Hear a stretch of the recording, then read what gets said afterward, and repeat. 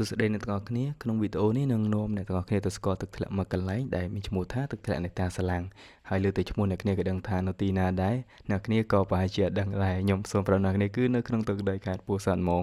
ហើយពួកយើងមកនេះគឺមកបោះតង់លេងរយៈពេលឯមួយយប់ហើយពួកយើងក៏បានមកដល់ឯទំនប់ទឹកបង្ហាទឹកដំណាក់ទៅយើងអ្នកគ្នាប្រកាសជាស្គាល់ហើយចំពោះផ្លូវពីដំណាក់ទៅយើងទៅកាន់ទឹកធ្លាក់នៃតាសាឡាំងនេះគឺអត់ប្រមាទទេអ្នកគ្នាហើយចំពោះចម្ងាយគឺ70គីឡូជាងពីក្រុងពោធិ៍សាត់មកហើយមកដល់ទីនេះគឺខ្ញុំពិតជាប្លែកអារម្មណ៍ខ្លាំងមែនទែនដែលបានឃើញនៅទិដ្ឋភាពនៅទីនេះជាពិសេសគឺកំពូលភ្នំអរ៉ាល់តែម្ដងហើយទឹកធ្លាក់នៃតាសាឡាំងនេះគឺជាទឹកធ្លាក់ដែលហូរចុះមកពីកំពូលភ្នំអរ៉ាល់ដែលផ្ទាល់ទឹកមានសភាពត្រជាក់ដែលស្តៀងនឹងចលនាផងដែរបន្ទាប់ពីចាំគេគ្នាហើយក៏ពួកយើងចាប់ផ្ដើមធ្វើដំណើរទៅហ្មងហើយយើងជិះតាមផ្លូវពីកកទៅបំណោះណាគ្នា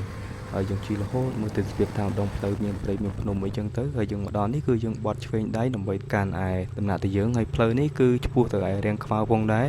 ហើយយើងជិះតាមផ្លូវក្រហមនេះប្រហែលចម្ងាយ7-10គីឡូហ្នឹងអីក៏យើងដល់ផ្លូវដែលបត់ទៅឯ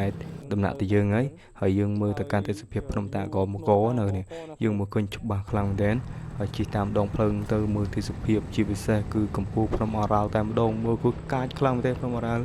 ហើយនេះជិះតាមផ្លូវភូមិនេះណាខ្ញុំជិះសប្បាយខ្លាំងណាហើយពេលជិះទៅគឺអ្នកភូមិមើលពួកយើងដូចជាមនុស្សចម្លែកមកពីណាអញ្ចឹងហើយជិះចឹងនេះកំពូលភ្នំអរ៉ាល់នេះខ្ពស់ខ្លាំងមែន1813ម៉ែត្រយើងមើលពីតំណទៅយើងទៅឃើញកាចខ្លាំងណាស់ហើយការធ្វើដំណើរទៅនៅគ្នានេះគឺជាការធ្វើដំណើររបស់ខ្ញុំទៅដល់ឯទំនប់ទឹកបង្ហាទឹកដំណាក់ទៅយើងចំពោះទំនប់ទឹកមួយនេះអ្នកគ្នាប្រហែលជាស្គាល់ហើយក៏ធ្លាប់បានមកលេងហើយឥឡូវនេះយើងចាប់ផ្ដើមធ្វើដំណើរទៅកាន់ទឹកធ្លាក់នៃតាសាឡាំងម្ដងនេះអ្នកគ្នាបត់ឆ្វេងដៃមកហើយយើងជិះទៅរហូតមកដល់ឃើញមានអ្នកភូមិអ្នកស្រុកអីគាត់ទៅលេងឯទឹកធ្លាក់ទឹកអូនៃតាសាឡាំងហ្នឹងដែរក៏ប៉ុន្តែពួកគាត់ទៅអត់ដល់កន្លែងពួកយើងដែលទៅទេគឺពួកគាត់មកលេងឯនៅគៀនហ្នឹងទេហើយយើងជិះមកដល់កន្លែងអូនេះអ្នកគ្នាជិះមកដល់ឃើញកន្លែងអូឆ្លងហើយយើងចាប់ផ្ដើមរៀបចំគ្នាណាទៅមុនឲ្យទៅមុនអ្នកខ្លះទៅមុននោះវេវនោះខ្លាំងមែនទែនជិះទៅមុនឯងហើយឥឡូវយើងរត់ជិះទៅដល់គឺធ្លាក់ចង្វាក់ឥឡូវនេះខ្ញុំដាក់មកគឺជាប់សាច់ជាប់ផុងជាអត់ចង់ទៅមុខទេសំណាងម៉ូតូយើងគឺអែនៅលើបើសិនជាអែនៅក្រោមគឺរៀងពិបាកតិចហើយដើម្បីឆ្លងទឹកអូនេះហើយប៉ុន្តែខ្ញុំសរសើរប៊ីតនេះមួយជិះទៅរលូនមកតែទៅដល់នោះកាឡាចាប់អត់ជាប់ទេស្លាយមួយហើយនេះគឺជិះទៅប៊ីតនេះយីរុំជិះមកគឺដេញខ្ញុំដេញរហូតហ្មងដេញនឹងហុយផ្សែងហ្មងខ្ញុំដេញចង់តនដែរហ្នឹងហើយយើងជិះមកដល់កន្លែងដែលយើងត្រូវតែបោះតង់យប់ហ្នឹងណាគ្នាហើយអ្នកគ្នាមកជិះស្រួលទេមានតែមួយផ្លូវហ្នឹងទេប៉ុន្តែផ្លូវនៅហ្នឹងគឺរៀងខ្វែងខ្វាត់ផងដែរប៉ុន្តែវាមានដានគេជិះចឹងណាហើយអ្នកគ្នាជិះតាមដានមកដល់កន្លែងដែលខ្ញុំត្រូវបោះហើយយើងបានមកដល់កន្លែងដែលយើង camping យប់នេះហើយផាច់ជាដើរប្រមូលសម្រាប់បន្តិចហើយយើងទៅឡើង shelter ទៅឡើងតង់ទៅឡើងអីហើយបន្ទាប់ពីពួកយើងមកដល់គឺនាំគ្នាទៅឡើង shelter ហើយដោយសារតែមកហ្នឹងគឺមេឃភ្លៀងហ្មងនៅគ្នាមេឃរៀងតែលឹមតិចហើយទៅឡើងបានមកនេះគឺភ្លៀងស្រក់មកមានអារម្មណ៍ថាអារម្មណ៍ហ្នឹងគឺបាក់បរយាយនៅគេបាក់ប្រាប់អ្នកគ្នាអារម្មណ៍ពេលហ្នឹងគឺវាលក្ខណៈយើង real life ហ្មងជីវិតយើងបែបអ្នកអាជីពបោះតង់អញ្ចឹងណាតែមិនយូរបោះតង់ម្ដងគឺតង់នេះមិនខានបោះចង់កន្លះឆ្នាំម្នាក់ដកតង់មកគឺក្លិនឈ្ងុយឈ្ងុកតែម្ដងហើយចាប់ផ្ដើមតឡងតង់តឡើងអីរៀបចំអីវ៉ាន់រៀបចំអីហើយមើលឃើញអាទិដ្ឋភាពបែបហ្នឹងខ្ញុំពិតជានឹកគេចង់ទៅម្ដងទៀតខ្លាំងមែនទែននៅទីហ្នឹងហើយអាកាសធាតុហ្នឹងក៏វារៀងត្រជាក់ផងដែរដោយសារតែយើងបោះតង់នៅគៀនដែលមាត់ទឹកនោះនេះហើយវាខ្ពស់ពីមាត់ទឹកវាអត់សូវមានគ្រោះថ្នាក់អីទេពេលទឹកឡើងមកហើយពេលខ្ញុំទៅហ្នឹងគឺទឹកឡើងស្រាប់មកយីរួមយើងអាចឆ្លងបានយើងឆ្លងជិះម៉ូតូមកយើងអាចឆ្លងអូបានតែក៏ប៉ុន្តែដល់ពេលឥឡូវនេះមេឃភ្លៀងchứយើងអាចឆ្លងអូនឹងមកបានទេព្រោះមកពួកយើងថាមកដល់ទីនេះហើយគឺធ្វើដំណើរឡើងទៅទឹកធ្លាក់ហើយប៉ុន្តែគឺទៅអត់បានទេដោយសារតែមេឃភ្លៀងហើយចឹងទៅទឹកវាឡើងខ្លាំងបើយើងឡើងទៅហ្នឹងវាទី1វាល្អទី2គឺទឹកវាបុកមកខ្លាំងវាអាចមានបញ្ហាដល់ពួកយើងដែរហើយក៏នាំគ្នាជុំគ្នានឹងតង់រត់នៅថាធ្វើម្ហូបអីឥឡូវនេះដាក់ដាំបាយមួយកូនឆ្នាំនៅគ្នាដឹងអត់ថាហូបគ្នា4នាក់ហូបអត់ទេមួយកូនឆ្នាំទូចនេះណាហើយនេះគឺមករត់គាត់រៀបចំដាំបាយថ្ងៃនេះគឺមករត់គាត់ទទួលទូនាទីចុងភៅចម្អិនម្ហូបហើយឥឡូវនេះគឺពួកយើងយីរួមសាមគ្គីគ្នាហ្មងធ្វើម្ហូបអីណាដូចបាយអីដាំវារៀងជ្រារឿងឆៅអីចឹងសរេវារៀងឆ្អិននៅវិញហើយទិដ្ឋភាពទីនេះបាក់បកយ៉ាយវាអែមខ្លាញ់វាតែមែនតែម្ដងជាពិសេសគឺទិដ្ឋភាពជុំវិញយើងហ្នឹងគឺវាខៀវវា green ហ្មងហើយរត់នេះឥឡូវហាន់សាច់គោសាច់គោទិញមកទៅកន្លះគីឡូទេអត់ដឹងថារត់នៅធ្វើម្ហូបអីទេដោយសារតែទិញមកឲ្យដាក់គ្រឿងដាក់អីមកអត់ បានដាក់ខ្លាញ់ដាក់បឺឲ្យបានដាក់មកហើយនេះគឺជារបៀបយើងត្រងទឹកប្រើប្រាស់នៅគ្រាម្ដងនេះសារទឹកវានៅនេះយើងប្រើឲ្យបានទេទឹកវារៀងល្អទឹកឡើងអញ្ចឹងណាដោយសារតែខ្វះគ្រឿងខាសក្រៅក៏ពួកយើងចាប់ផ្ដើមធ្វើដំណើរចេញទៅក្រៅហើយយកម៉ូតូបៀតមកយើងឆ្លងទឹករួចទេដោយសារតែទឹកឡើងហើយក៏យកទៅដូរម៉ូតូវិញយកម៉ូតូខ្ញុំជិះមកវិញបានយើងចេញក្រៅរួចហើយយើងចេញក្រៅមកទិញអ្វីដែលយើងខ្វះខាតទេទិញទុកឲ្យមានជាកាហ្វេដូចមន់ហើយយើងទិញមន់ថែមផងដែរទុកហូបដោយសារតែទិញម្ហូបមកគឺហូបគ្នាអត់គ្រប់ទេហើយយើងទិញបន្លែទិញអីទៅក៏យកមកហើយម៉ោងដូចជាម៉ោង6ជាងហើយថ្ងៃចិត្តលេខហើយយើងទៅដល់កន្លែងវិញក៏យប់ដែរកន្លែងដែលយើងបោះតង់យប់ហ្នឹងណាហើយក៏ចាប់ផ្ដើមជិះជុំគ្នាទៅទូទៅយប់ឡើងចឹងគឺរងចាំរហូតដល់ពេលព្រឹកបានយើងធ្វើដំណើរទៅកាន់ទឹកធ្លាក់ Good morning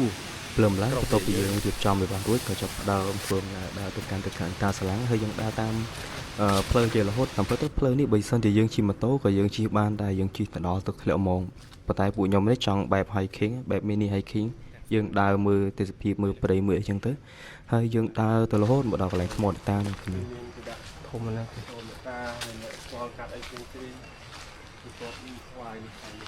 នេះគឺជាថ្មអ្នកតាសាឡាំងដែលលំនាំមកឈ្មោះទឹកធ្លាក់អ្នកតាសាឡាំងនឹងហើយអ្នកគ្នាហើយយើងដើរពីថ្មអ្នកតាចម្ងាយប្រហែលជា500ម៉ែត្រយើងមកដល់កន្លែងផ្លូវចុះទៅកាន់ទឹកធ្លាក់ហើយអូខេឥឡូវយើងបានមកដល់ទឹកធ្លាក់អ្នកតាសាឡាំងហ្នឹងនេះ